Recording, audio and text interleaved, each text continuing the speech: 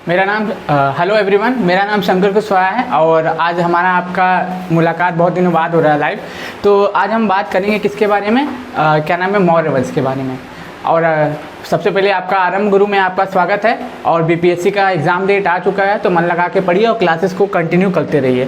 तो आज हम लोग बात करेंगे किसके बारे में, मौर्य वंश के बारे में। जैसा कि मैंने स्टार्ट किया था प्राचीन भारत के इतिहास को, कहाँ से स्टार्ट किया था, जब मानव की उत्पत्ति हुई थी, जब मानव सबसे प्रथम बार धरती पर आया था।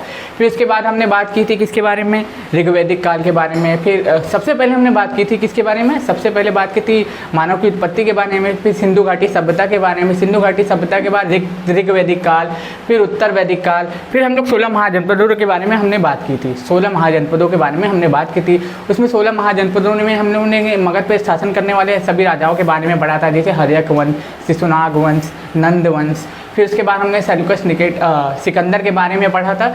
अब फिर उसके बाद हम लोग कहाँ पे आ रहे हैं, मौर्य वंश पे आ रहे हैं। कहाँ पे आ रहे हैं, मौर्य वंश पे आ रहे थे। ठीक है, तो फिर अब हम लोग देखिए मौर्य वंश के जो हम लोग का मौर्य का जो लेक्चर है उस पर 3 लेक्चर आएंगे। इन 3 लेक्चर में इसको पूरा कंप्लीट कर दिया जाएगा, चाहे प्री हो चाहे मैं दोनों ओरिएंटेड। ठीक, तो चलिए हम लोग स्टार्ट करेंगे किसके बारे में। आज हम लोग बात करेंगे मौर्य वंश के बारे में। मौर्य वंश की जानकारी के स्रोत हमें कहाँ कहाँ से प्राप्त हो जाते हैं। देखिए मौर्यों की जानकारी के स्रोत हमें कहाँ कौन कौन से मिलते हैं। एक साहित्यिक मिलता है, एक पुरातात्विक मिलता है। एक साहित्यिक, एक पुरातात्विक। जैसे कि कौटिल्य का जो अर्थशास्त्र था उससे हमें पता चलता है कि हाँ मौर्य वंश का शासन था, मगध पे शासन किए थे कई सालों तक वो लोग। मेगास्थनीज की इंडिका से पता चलता है कि हाँ मौर्य क्या थे, यहाँ पे शासन किए थे, मौर्य वंश का आधिपत्य यहाँ पे स्थापित हुआ था। पुराणों से मिलता है हमें इनके जानकारी। ये कौन से साहित्यिक स्रोत हैं, मुद्रा राक्षस से मिलता है। जैन धर्म बौद्ध धर्म के जो ग्रंथ हैं, जैन धर्म के जो ग्रंथ हैं भगवती सूत्र, बौद्ध धर्म का जो ग्रंथ था अंगुत्तर निकाय, उनसे हमें जानकारी प्राप्त होती है। कुछ पुरातात्विक स्रोत भी हैं, जैसे कि अशोक के शिलालेख में बताया गया है कि अशोक के 13वें शिलालेख में बताया गया है कि कलिंग युद्ध का वर्णन है। 261 ईसा पूर्व उसने युद्ध लड़ा था कलिंग में। उसके बाद धर्म को परिवर्तन कर दिया था। फिर उसके बाद महान स्तूप की गुफाओं से हमें वर्णन मिलता है, मृदभांडों से। मृदभांड का सीधा सीधा मतलब होता है मिट्टियों के बर्तन। मिट्टियों के बर्तन पे कुछ डिजाइन मिली थी, कुछ शिलालेख मिले हैं, कुछ सिक्के मिले हैं, उनसे भी हमें पता चलता है कि मगध पे मौर्य वंश का शासन था। चूनागढ़ अभिलेख से भी प्राप्त होता है, उसमें भी अशोक का नाम देखने को मिलता है। उससे भी हमें प्राप्त होता है कि हाँ भैया मौर्यों का शासन कहाँ पे था, मगध पे था। ठीक, मौर्यों का शासन कहाँ पे था, मगध पे था। नंद वंश के अंतिम शासक को परास्त करके चंद्रगुप्त मौर्य ने मौर्य वंश की स्थापना की थी। तो नंद वंश का आखिरी अंतिम जो शासक था वो था धनानंद। उसको कौटिल्य चाणक्य की सहायता से चंद्रगुप्त मौर्य ने परास्त किया। कौटिल्य चाणक्य की सहायता से चंद्रगुप्त मौर्य ने परास्त किया और मौर्य वंश की स्थापना की और मगध का शासक बन गया था। कौन, चंद्रगुप्त मौर्य। अब देखिए हमने आपको बताया था कि जब हम लोग ने मगध को पढ़ना प्रारंभ किया था तो सबसे पहले हर्यक वंश पढ़ा था, फिर शिशुनाग वंश पढ़ा था, फिर नंद वंश पढ़ा था, फिर उसके बाद सिकंदर के बारे में पढ़ा था। अब हम लोग किसके बारे में पढ़ रहे हैं, मौर्यों के बारे में पढ़ रहे हैं। तो इसको आप कंटिन्यू वीडियो को, लेक्चर्स को आप देखिएगा तभी आपको समझ में आएगा। ये बीपीएससी में आपको बहुत ज़्यादा हेल्प हो जाएगा, क्योंकि इससे क्वेश्चन हर बार बनते हैं। चाहे तो आप प्रीवियस क्वेश्चन पेपर उठा के देख लीजिए, उनसे क्वेश्चन इससे पूछे गए, चाहे बीपीएसआई हो, चाहे बीपीएससी हो, चाहे इंडिया का कोई भी एग्जाम हो। ठीक, तो नंद वंश के अंतिम शासक को परास्त करके चंद्रगुप्त मौर्य ने मौर्य वंश की स्थापना की थी। और चाणक्य कौटिल्य ने इसमें उनकी सहायता की थी। चाणक्य कौटिल्य चंद्रगुप्त मौर्य के गुरु थे। कहा यह भी जाता है कि कौटिल्य चाणक्य ने किसको, चंद्रगुप्त मौर्य को कहीं से खरीदा था। चंद्रगुप्त मौर्य को कहीं से खरीदा था कहा जाता है। कितना सत्य है ये आप भी जानते हैं, हम भी जानते हैं। जो एनसीईआरटी मानती है हम लोग उनको मान के चलेंगे। ठीक, चंद्रगुप्त मौर्य का शासनकाल या फिर मौर्य वंश का शासनकाल कब से कब तक था, तो मौर्य वंश का शासनकाल था 322 बीसी से लेके 185 बीसी तक। 322 ईसा पूर्व से 185 ईसा पूर्व तक मौर्यों का शासन था। अब देखिए चंद्रगुप्त मौर्य गद्दी पे कब बैठा, 322 से 298 बीसी तक चंद्रगुप्त मौर्य गद्दी पे शासन किया।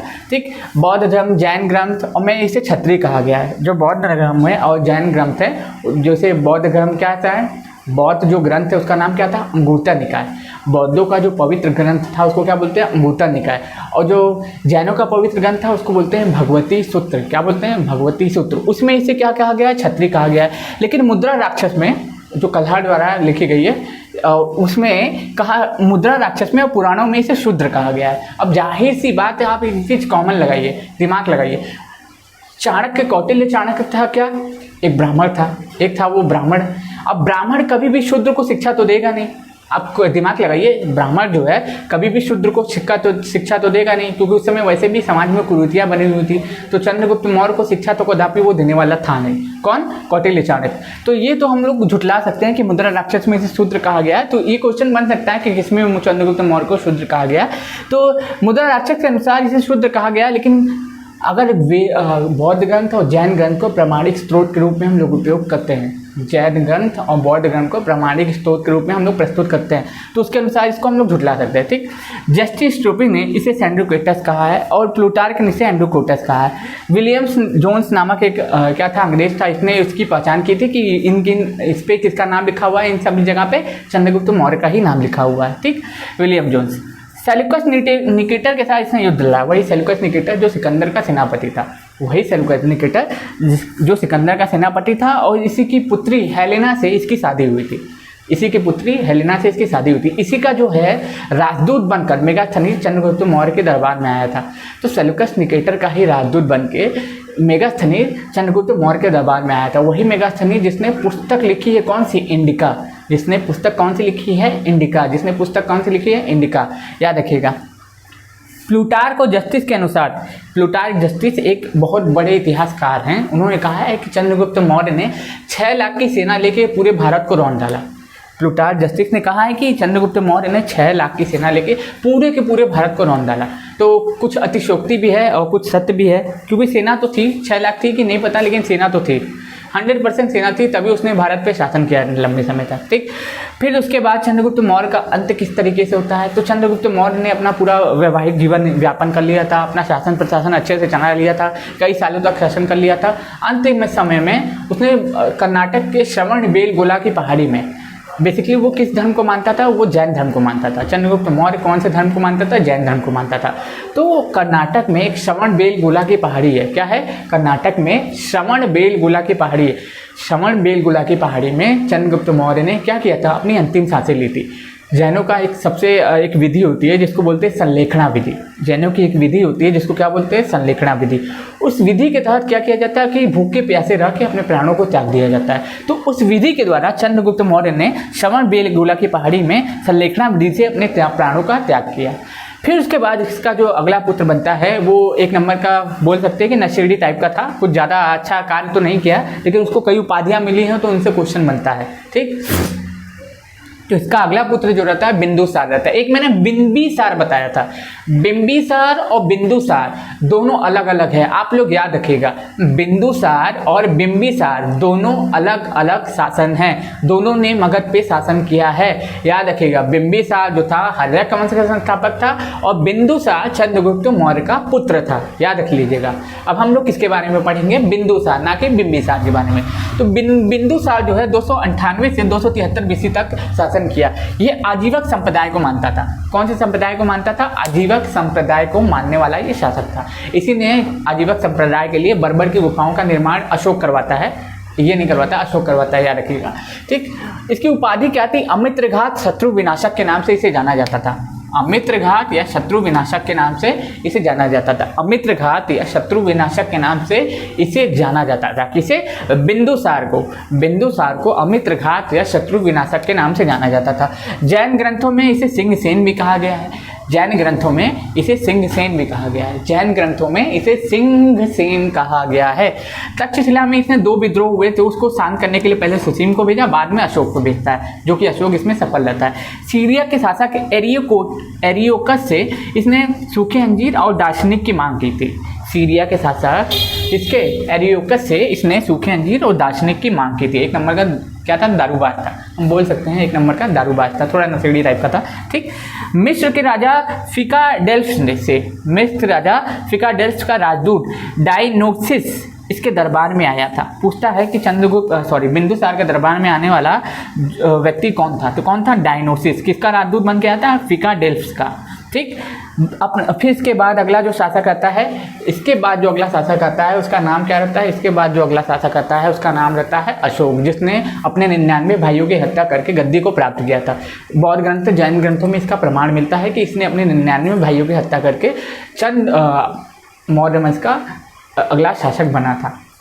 चंद हम लोगों को बौद्ध और जैन ग्रंथों से प्रमाण मिलता है कि अशोक ने अपने 99 भाइयों की हत्या की और मगध पे शासन करने के लिए बैठ गया। ठीक, अब इसके बारे में थोड़ा जान लेते हैं। अपने जैसे ही ये शासक बनता है, अपने शासक बनने के 9वें वर्ष में ही एक युद्ध लड़ता है। ठीक, 9वें वर्ष में ही एक युद्ध लड़ता है जिसको बोलते हैं कलिंग का युद्ध। जब ये शासक बनता है, कब बनता है शासक?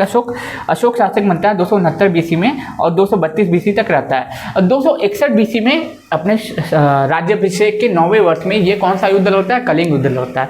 कलिंग युद्ध में देखता है कि बहुत ज़्यादा मारकाट हो गई, बहुत ज़्यादा मारकाट हो जाती है, बहुत लोगों की हत्याएं हो जाती है। ये सब देख के उसका हृदय परिवर्तित हो जाता है और वो धम धारण कर लेता है। बोलता है कि आज के बाद मैं कभी भी युद्ध नहीं लड़ूंगा। ठीक, आज के बाद मैं कभी भी युद्ध नहीं लड़ूंगा। युद्ध की नीति को त्याग के धर्म की नीति को अपना लेता है और शांति की स्थापना करने के लिए सबको बोलता है। ठीक, फिर उसके बाद होता क्या है, अशोक का नाम मौस्की अभिलेख में भी मिलता है और गुर्जरा अभिलेख में मिलता है। पूछता है कि मौस्की अभिलेख में और गुर्जरा अभिलेख में किस शासक का नाम मिलता है, तो आप क्या बोलेंगे?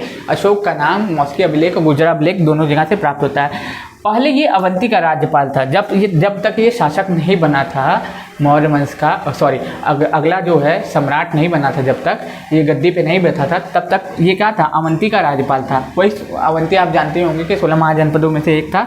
ठीक, और फिर अंतिम शासक जो था मौर्य वंश का वो था बृहदत्त। अंतिम शासक जो था वो कौन था? बृहदत्त था। कलिंग युद्ध इंपॉर्टेंट हो जाता है। कहाँ पे था? उड़ीसा वाले इलाके में 261 बीसी में अपने राज्याभिषेक के 9वें वर्ष में से लड़ा था।